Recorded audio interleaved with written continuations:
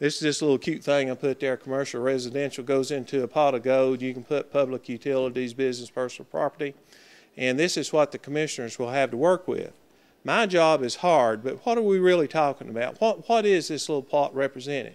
It's your needs, it's your services, and it's your county debt. That's what it goes into. These commissioners right here, I served and was elected like Mark was, went on the same time he did, has got probably the greater job than I do deciding what we're going to do with this pot of money. We know that sales tax is down $3.5 million. We know what I'm doing is tax revenue neutral. There will be some money from new growth. Their fourth cycle.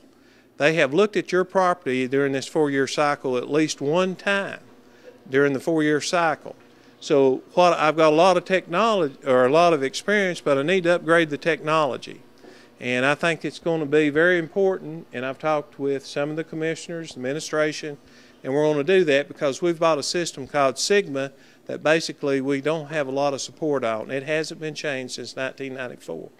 But there's some things going on, and what I'm going to show you here is one of them, which Mark, and I see Dr. Briggs and other commissioners come in back there, will be tickled to death to know.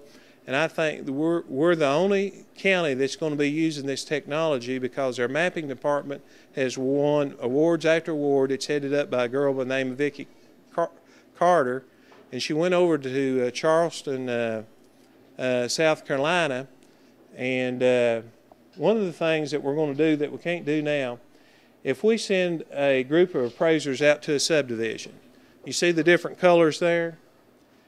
It's got a key to it, and the keys represent different things like 100,000, 200, 200 to 250, 253, 300 to 400. What we're going to do is, you know, people saying, I want to be like my neighbor. Well, a couple of years' time, you're going to be like it because let's just say these homes right in here, the green homes represents the general pricing of the home, okay? And you all need to understand out in West Knoxville and other places where you have new subdivisions going in and they've just been there 5 years, there's a little change. But you get over here in Fountain City and some of the places you got a $40,000 home, a $600, a $300, and you know, and then in an older subdivision, you got 10 people remodeling, you got 3 that the gutters are falling off, and the hay is in the backyard, and the rust and swing sets. Now that's pretty hard to do. You know, so how do we fairly adjust that? Well, I've got a system, but I see ways to improve it. Won't help us this time, but it will help us next time. So when they go out to inspect these subdivisions, if they see these different values, I'm going to call them hot spots, then they're going to look at them closely. We're going to be a lot more interactive, that we can do a lot more comparables, even though we may not have the sales. I do know by what's going through the register of deeds, we're having a little bit of a rebound in the residential market. There are some homes selling. A ton of refinancing going on. And I have some of the commercial people say they're not renting anymore right now, but they're getting some looks. Is this maybe just a little tip of maybe a little bit of more recovery? Maybe. I don't know. But this right here, we'll be the only county in the state right now that will be able to do this. And this is going to be very important. One thing that you ought to know, we don't go out and measure homes like that. As the reappraisal process starts, you have the 3 years, and in between, the certified tax bill goes out October 1st. And then they're going to look at it and be sure what they've done the 3 years till around the 1st of March is accurate. We can do that by aerials, on maps, a whole lot of different ways, you know. But this right here, I think, is really going to affect the way that we look at them in the future. Because when you all come in, we're going to be able to pull up this map versus some of the ways that we're doing. And it will stick out like a sore thumb in a lot of areas. We can do this even now, we're discovering by census, by income in your subdivision.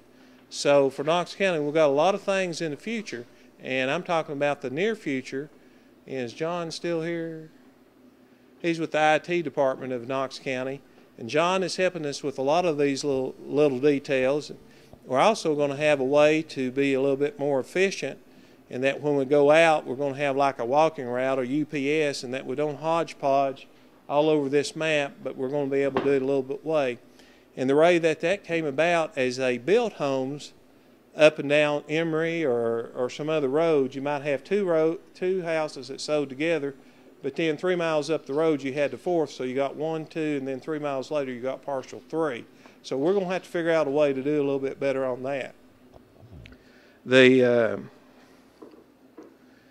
And you know, I've answered, or I've tried to explain the process, and I know probably y'all have a lot of questions for me, and I can probably, and my staff, and I see part of them here. This is Kathy Merle. She's my administrative assistant.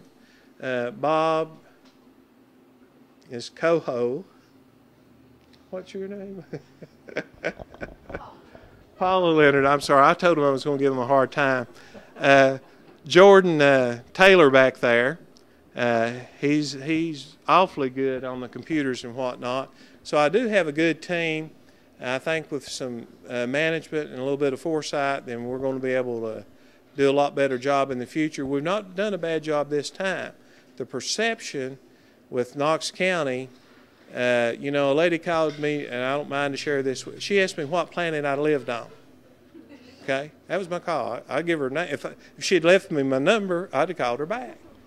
But she said, "Did you not read Motor Trends or whatever book it is, and it's down 19% today?" Well, yeah, I might have read that, but it don't do me any good because I'm looking at 1109 back. I'm taxing your property in '08 or appraising your property in '08.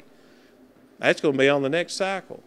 You know, the realtor says it's down another 6%. Well, that's fine for the next reappraisal cycle. It don't count today. So, with all that being said, I'll certainly entertain questions. Let's do a question here. Okay. Let me also do my, I used to be a journalist. Let me do my journalist summary. Okay. So, the most recent depressing news about the economy is not figuring in because you are only calculating for the first of this year. Summary, point number one. Summary, point number two, if your property is somehow different from your neighbors, you have to also take into account when it was bought and at what market conditions it was bought. Third summary point, this doesn't mean a whopping increase in taxes because under state law, reappraisal cannot be used to increase taxes, and if it goes up, say countywide 16%, the two of us and the other commissioners have to bring it down so it's revenue neutral. Right. And you're getting in some new gear that should make this better. Yes. Those are the sort of the bullet point summaries. And now let's go to Q&A. Yes, ma'am. My question is, how can, mine went up 54%. Mm-hmm. So I'm assuming that my taxes are going to go up because it's above the 15%. However, property values